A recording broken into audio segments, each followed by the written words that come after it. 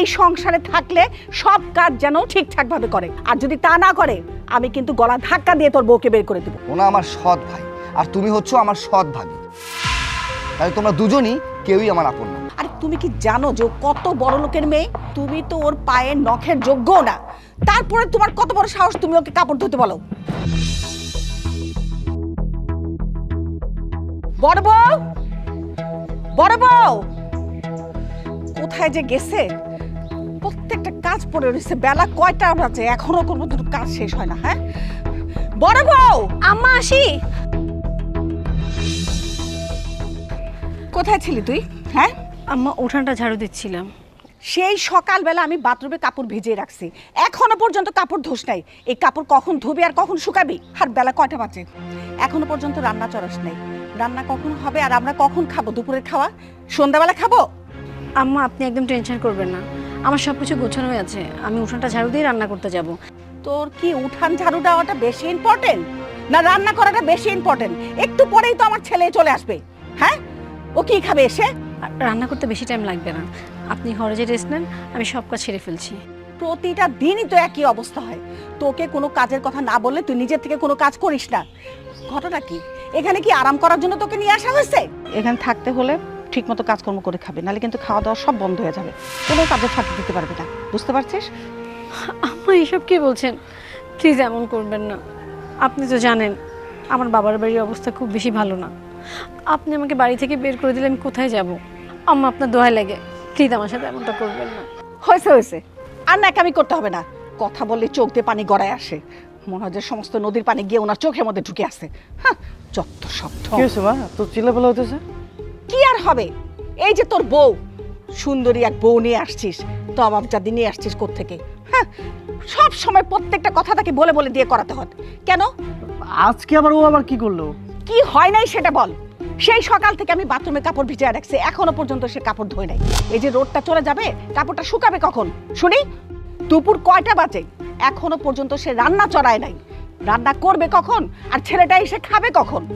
সব কথা তাকে বোঝায় বলতে হবে। শোন, তোকে আমি শেষবারের মতো একটা কথা বলে দিচ্ছি, তোর বউকে ভালো করে বুঝায় দিবি এই সংসারে থাকলে সব কাজ যেন সময় মতো ঠিকঠাকভাবে করে, আমার যেন কোনো কথা বলতে না হয়। আর যদি তা না করে আমি কিন্তু গলা ধাক্কা দিয়ে তোর বউকে বের করে দেবো। আচ্ছা তোমার কি কোনোদিন আক্কেল জ্ঞান হবে না নাকি? মা প্রতিদিন একটা কথা বারবার বলে, তোমার কানে ঢোকে না? কয়টা বাজে এখন, কয়টা বাজে? হ্যাঁ রোডটা কোথায় হচ্ছে বুঝতে পারছো তুমি? এখনো পর্যন্ত রান্না বান্না করো নাই, তা বাড়ির মানুষ সব খাবে কখন? শোনো না, আমি রান্নাই করতে যাচ্ছিলাম, হঠাৎ দেখি উঠানটা অনেক নোংরা হয়ে গেছে। ভাবলাম উঠানটা ঝাড়ু দিয়ে রান্না করতে যাই। আর তোমরা একটু শান্ত হও, আমি এক্ষুনি যে রান্নাটা চড়িয়ে দিচ্ছি। থাক থাক, আর কথা বলে সময় নষ্ট করা দরকার নেই। এখন দয়া করে আপনি রান্নাঘরে যান, রান্নাঘরে গিয়ে আমাদের উদ্ধার করেন। হ্যাঁ এখন যে রান্নাটা করো আমাদেরকে খাওয়াও, তারপর উদ্ধার করো আমাদেরকে। শোনো, প্রতিটা দিন কিন্তু মার কাছ থেকে এই ধরনের কথা কিন্তু শুনতে কিন্তু ভালো লাগে না। যা বলছে সেটাই, এখন রান্না করো যাও।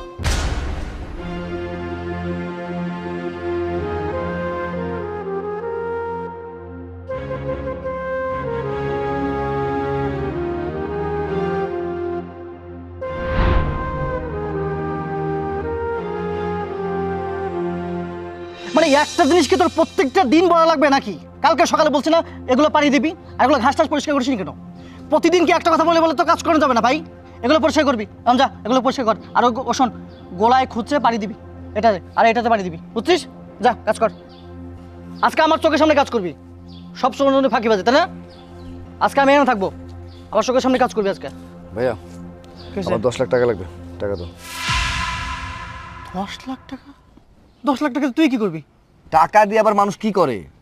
আমরা বন্ধু বান্ধবরা সবাই মিলে প্ল্যান করেছি যে আমরা একটা বড় বিজনেস করব, আর বিজনেস করতে গেলে আমাদের 10 লক্ষ টাকার প্রয়োজন, তাই টাকা লাগবে, টাকা দাও। এই না না, বন্ধু বান্ধবের সঙ্গে ব্যবসা করা একদম ঠিক না কিন্তু। ওই যে আমাদের ওই যে ওপাড়ার মন্টু, বন্ধু বান্ধবের সাথে ব্যবসা করতে গিয়ে 5 লাখ টাকা হয়েছে। বন্ধুর সাথে সম্পর্ক নষ্ট হয়, বন্ধু বান্ধবের সাথে কিছু করার দরকার নেই। আচ্ছা আমি তোমাকে কি বলেছি যে তুমি এখানে দাঁড়িয়ে দাঁড়িয়ে আমাকে জ্ঞান দাও? দেখ ছোট, আমি তোর বড় ভাই, তোর কোনটাতে ভালো হবে কোনটাতে মন্দ হবে এই দায়িত্বটা কিন্তু আমার। আর আমি চাই না যে তোর কোনো খারাপ হোক। আমি এই জন্য বলছি যে এতগুলো টাকা এখন না নিয়ে, মানে ওই সমস্ত ব্যবসার দরকার নেই এখন।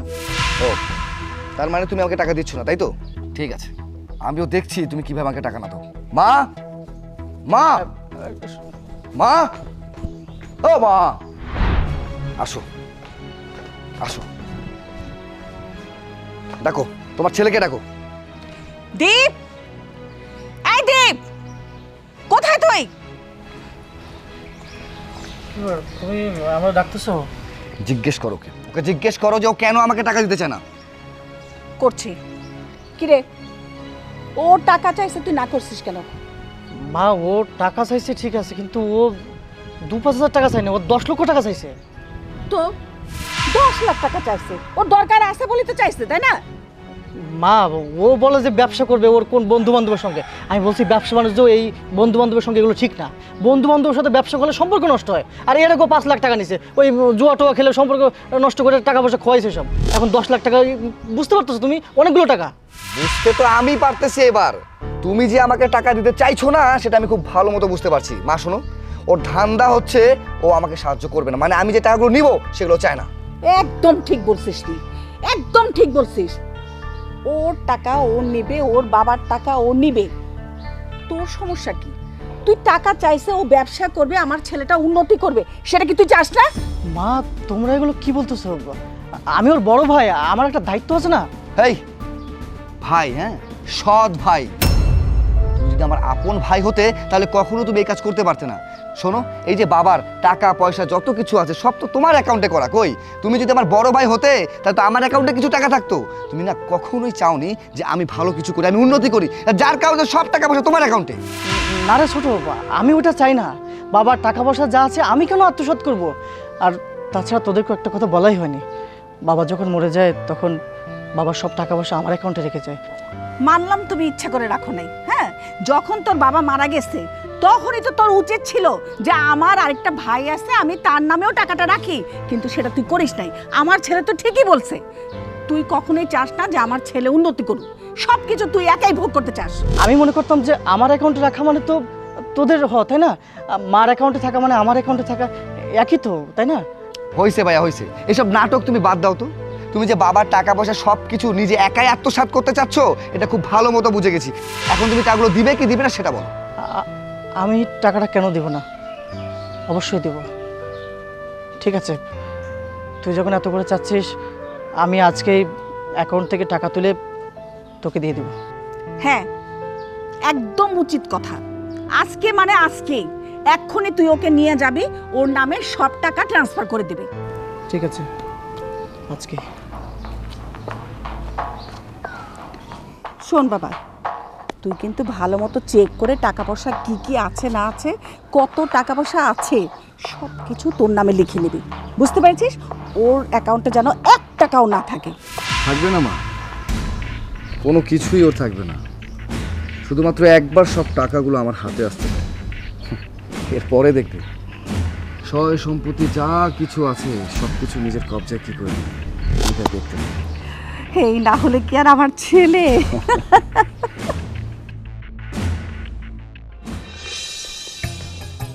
মা, মা, মা, দাঁড়াও আসছে। কিরে বাবা, ডাকছিস কেন? মা, আমি বিয়ে করছি, আর ও হচ্ছে তোমার বৌমা।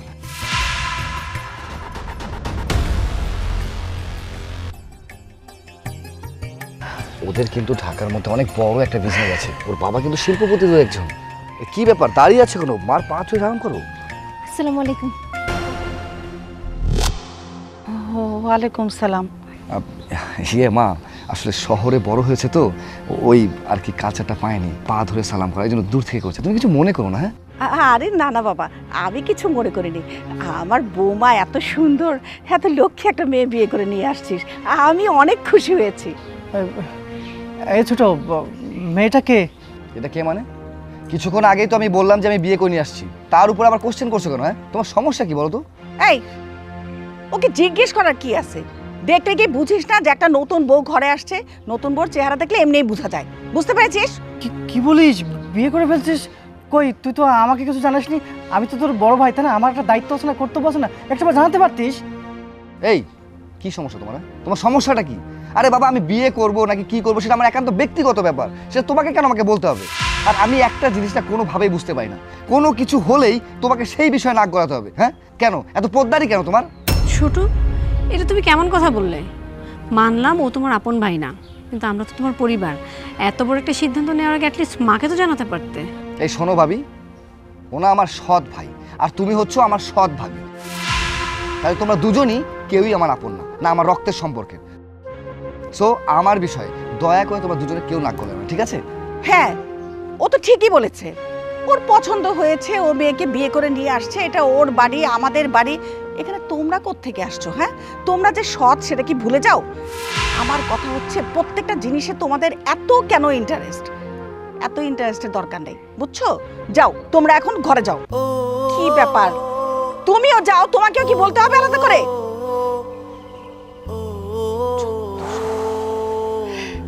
বৌমা, তুমি কিছু মনে করো না, ওরা এরকমই সব কিছুর মধ্যে নাক গলায়। সেজন্য আমি আর আমার ছেলে খুব অশান্তির মধ্যে আছে। এখন তুমি চলে আসছো, আমার আর কোনো চিন্তা নেই। আসো, চলো আমরা এখন ঘরে যাই। চলো।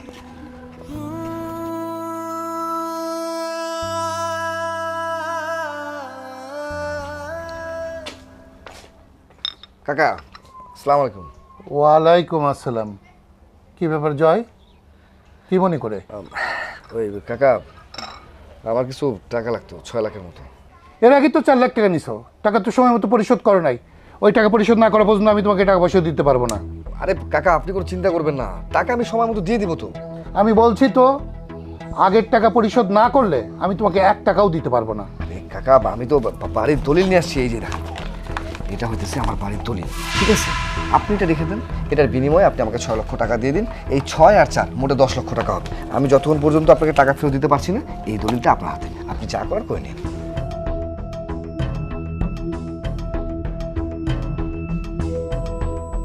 আচ্ছা ঠিক আছে, তবে একটা কথা, আমি তোমাকে 6 লাখ টাকা দিব, কিন্তু সময় মতো টাকা শোধ করতে না পারলে আমি কিন্তু তোমার বাড়ির দখল নেব।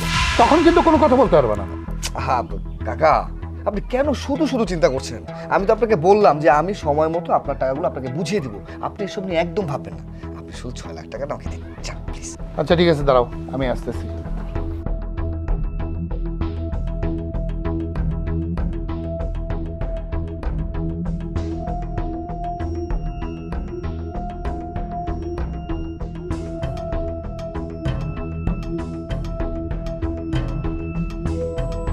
এই নাও টাকা গুনে নাও।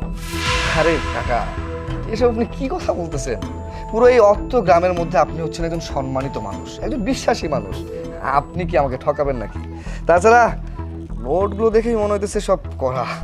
কোনো সমস্যা নেই। আর কাকা শুনেন, আপনি কিন্তু একদম চিন্তা করবেন না, সময় মতো আপনার যত টাকা আছে সবগুলো আমি বুঝিয়ে দেবো, ঠিক আছে? আমি তাহলে জয়, আমি কিন্তু আবারও বলছি, তুমি যদি সময় মতো টাকা দিতে না পারো এই 10 লাখ, তাহলে কিন্তু আমি তোমার বাড়ির দখল নেব। তখন কিন্তু কোনো কৈফিয়ত চলবে না, কোনো বাধা দেওয়া চলবে না। আপনি কোনো চিন্তা করবেন না, টাকা আপনি সময় মতো পেয়ে যাবেন। আসি, আসসালামু আলাইকুম। ওয়ালাইকুম আসসালাম।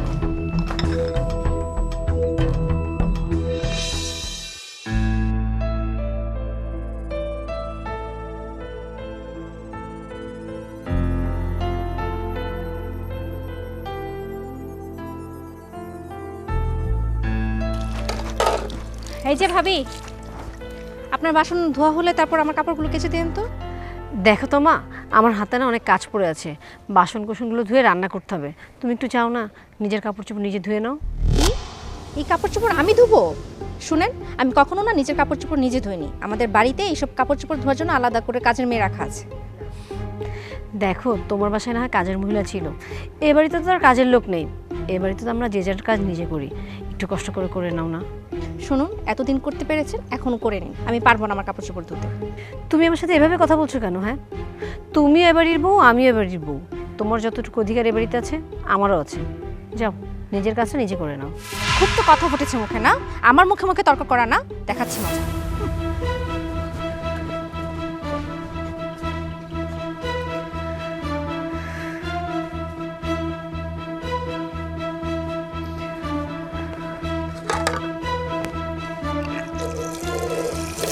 এর বিহিত আজকে আমি করে ছাড়বো। প্রত্যেকটা দিন এইভাবে চলবে না। মা, মা, মা, আসছি। তাড়াতাড়ি আসো। কি ব্যাপার, কি হয়েছে আবার? কি হয়েছে মানে? কি হয়নি তাই বলো। এই যে তোমার সৎ ছেলে আর তোমার সৎ বৌমা মিলে কি শুরু করেছে? আমার বউটাকে কষ্ট করে ভালোবেসে সংসারে এনেছি, কারো গোলামি করার জন্য না। হ্যাঁ মা, ভাবি আমার সাথে অনেক খারাপ ব্যবহার করেছে। আজকে সকালে আমাকে এতে সব কাজকর্ম করাতে চেয়েছিল, আমাকে কিনা বলে থালা বাসন মাজতে, কাপড় চোপড় ধুতে। আমি কি কখনো বাসায় এসব করেছি নাকি? আমার বাসায় তো এমনিতেই কাজের মানুষ থাকে অনেকগুলো। হ্যাঁ সেটাই তো, ওর বাসায় কতজন কাজের লোক থাকে তুমি জানো? এই যে আমার বউটাকে দিয়ে ওরা যেভাবে কাজ করতে চাচ্ছে, ওরা কি মনে করে? আর ওর বাবা হচ্ছে একজন শিল্পপতি, ওর বাবার টাকা পয়সা কোনো কিছু অভাব নাই। এই বাড়িতে আসছে কি গোলামি করার জন্য, কারো হুকুম পালন করার জন্য? কি এই বড় বউয়ের এত বড় সাহস হয়ে গেছে আমার ছেলের বউকে বলে কাপড় চোপড় ধোয়ার জন্য? হ্যাঁ, তুমি কোনো চিন্তা করো না বৌমা, আমি এখনই ওদের সাহায্য করছি। শোনো মা, তোমাকে একটা কথা আমি স্পষ্টভাবে বলে দিচ্ছি, আমার ভাগের সম্পত্তি আমি চাই। তোমার সৎ ছেলের যেমন অধিকার আছে, আমারও ঠিক তেমনি অধিকার আছে। কিভাবে সম্পত্তি ভাগাভাগি করবে আমি কোনো কিছু চাই না। আমার সম্পত্তি তোমাকে বুঝিয়ে দেবে বাস। দাঁড়া, বড় বউ, বড় বউ,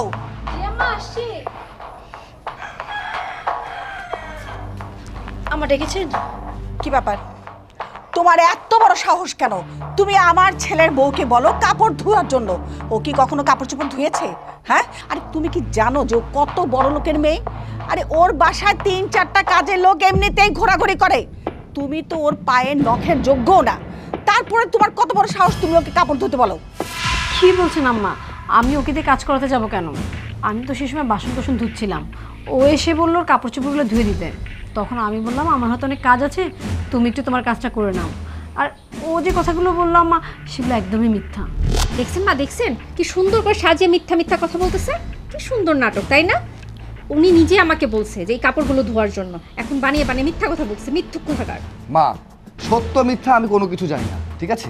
আমি তোমাকে যেটা করতে বলেছি বাস তুমি শুধু ওটাই করবে। আর তুমি যদি এটা না করো তাহলে কিন্তু আমরা দুজনেই বাসাতে বের হয়ে যাবো।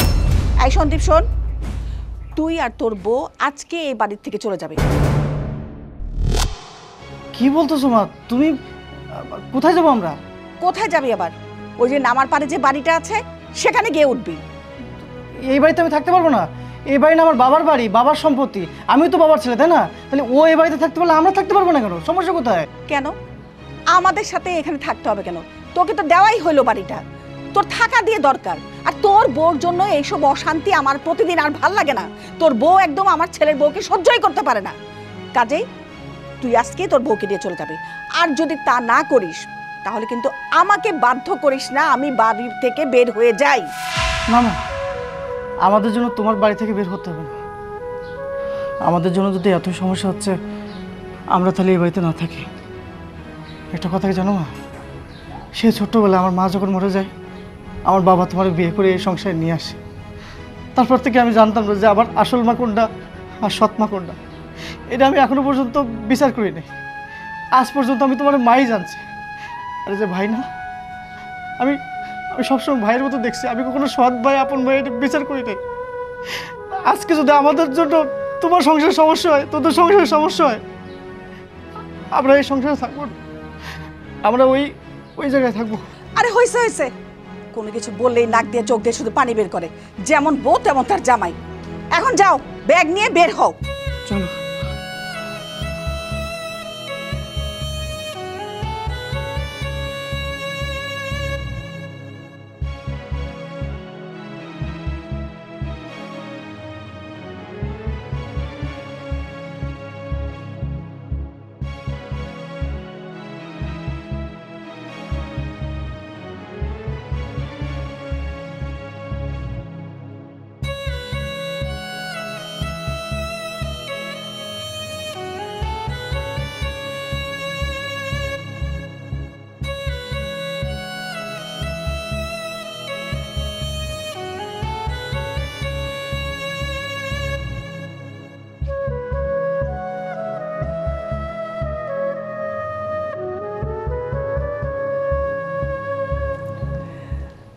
যাক, আপদ বিদায় হয়েছে।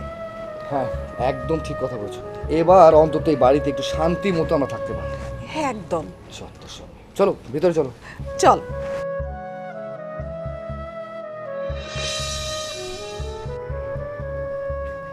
জয়, জয়,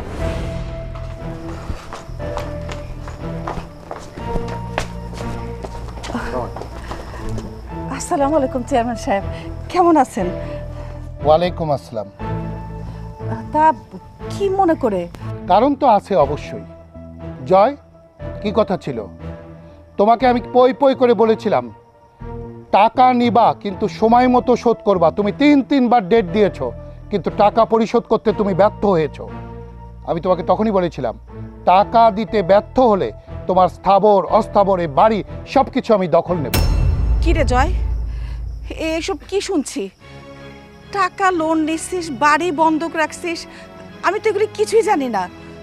চেয়ারম্যান সাহেব যা বলছে সব সত্যি। চেয়ারম্যান সাহেব, আপনি আমাকে খুলে বলেন তো। তাহলে শুনুন, আপনার ছেলে প্রথমে আমার কাছ থেকে 4 লক্ষ টাকা নিয়েছিল।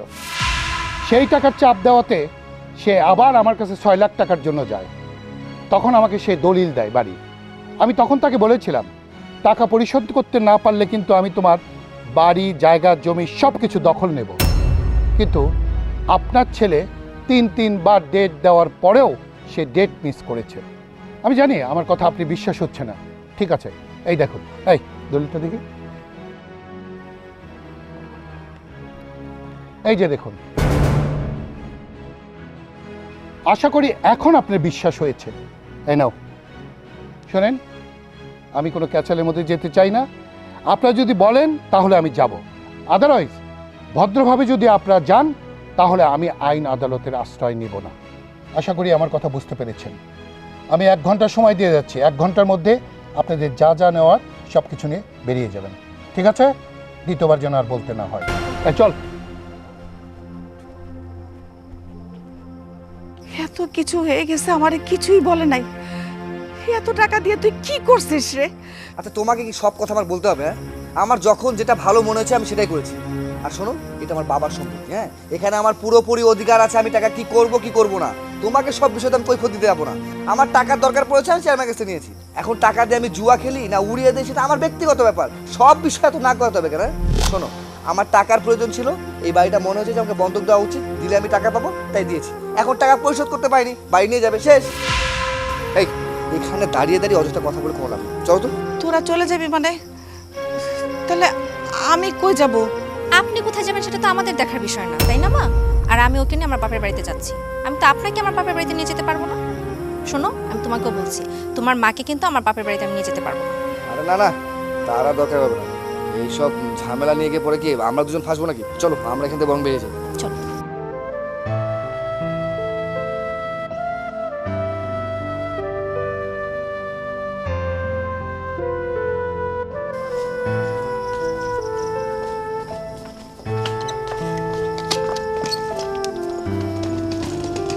আরে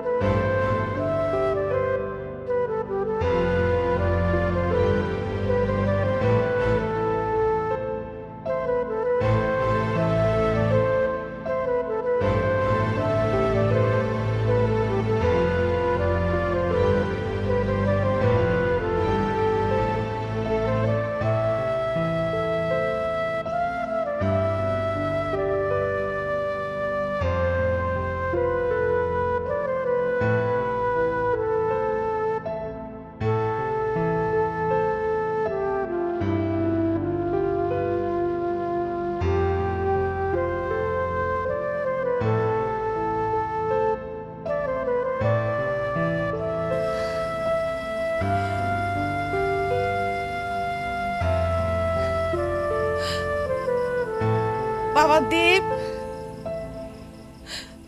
দীপ, কেটা? মা, তুমি এত রাতে কি ব্যাপার? তোমার এরকম লাগতেছে কেন? তোমার শরীর ঠিক আছে তো মা? বাবা রে, আমার সর্বনাশ হয়ে গেছে বাবা। তোরে যে আমি বলছিলাম জয়রে 10 লাখ টাকা দেওয়ার জন্য ব্যবসা করতে, সেই টাকা দিয়ে ও কি করছে, কার সাথে ব্যবসা করতে গেছে, আমি কিছুই জানি না। আমারে কিছুই বলে নাই। সেই টাকা সর্বশান্ত কইরা শেষমেশ আমাদের বাড়িটাও চেয়ারম্যানের কাছে বন্ধক রাখছিল। শেষমেশ সময় মতো টাকা দিতে না পারা চেয়ারম্যান আজকে আয়সা বাড়িটা দখল করে নিছে বাবা। কি বলতেছো তুমি এগুলো? তো জয় জয় কোথায়? জয় ওর বউর সাথে শ্বশুর বাড়ি চলে গেছে। ওর বউ বলল আমারে নাকি ওই বাড়িতে দেওয়ান যাইবো না। আমি আমি আর কই যাব বাবা, আমার আর কে আছে কো? শেষ পর্যন্ত লজ্জা শরমের মাথাকে আমি তোর কাছে আসছি বাবা, আমার একটু আশ্রয় দে বাবা। আমি জানি আমি তোর সাথে অনেক বড় অন্যায় করছি। আমি তোর সাথে সব সময় অবহেলা নির্যাতন সবই করছি। তোর বউরেও আমি কোনোদিন ভালো চোখে দেখি নাই। বউটা নীরবে সব কাজ করতো, সংসারে সব কিছু সহ্য করতো, তাও আমি ওর একটা না একটা দোষ ধরতাম। আমি আমি আসলেই তোর সৎ মা হয়েই থাকলাম রে। শোনো মা, তুমি আমার সৎ ছেলে মনে করতে পারো, কিন্তু আমি না কোনোদিন তোমার সৎ মা মনে করি নাই। আমার মা মরে গেছে সেই ছোট্টবেলায়। তারপর থেকে আমি তোমারে দেখে আসতেছি, আমি তোমার মা বলে আসতেছি। মানুষের যতই যাই কোক না কেন, তুমি আমার মা। ওই সমস্ত সৎ মাটা না, তুমি আমার আসল মা। ওই জয় কি করছে না করছে সেটা দেখার বিষয় না। তুমি যখন এত রাতে আসছো, তুমি আমার সাথে থাকবা। ওই বৌমা, বৌমা তুমি আমাকে ক্ষমা করে দিও। আমি তোমার সাথে অনেক অন্যায় করছি বৌমা। ছি মা, আপনি এসব কি বলছেন?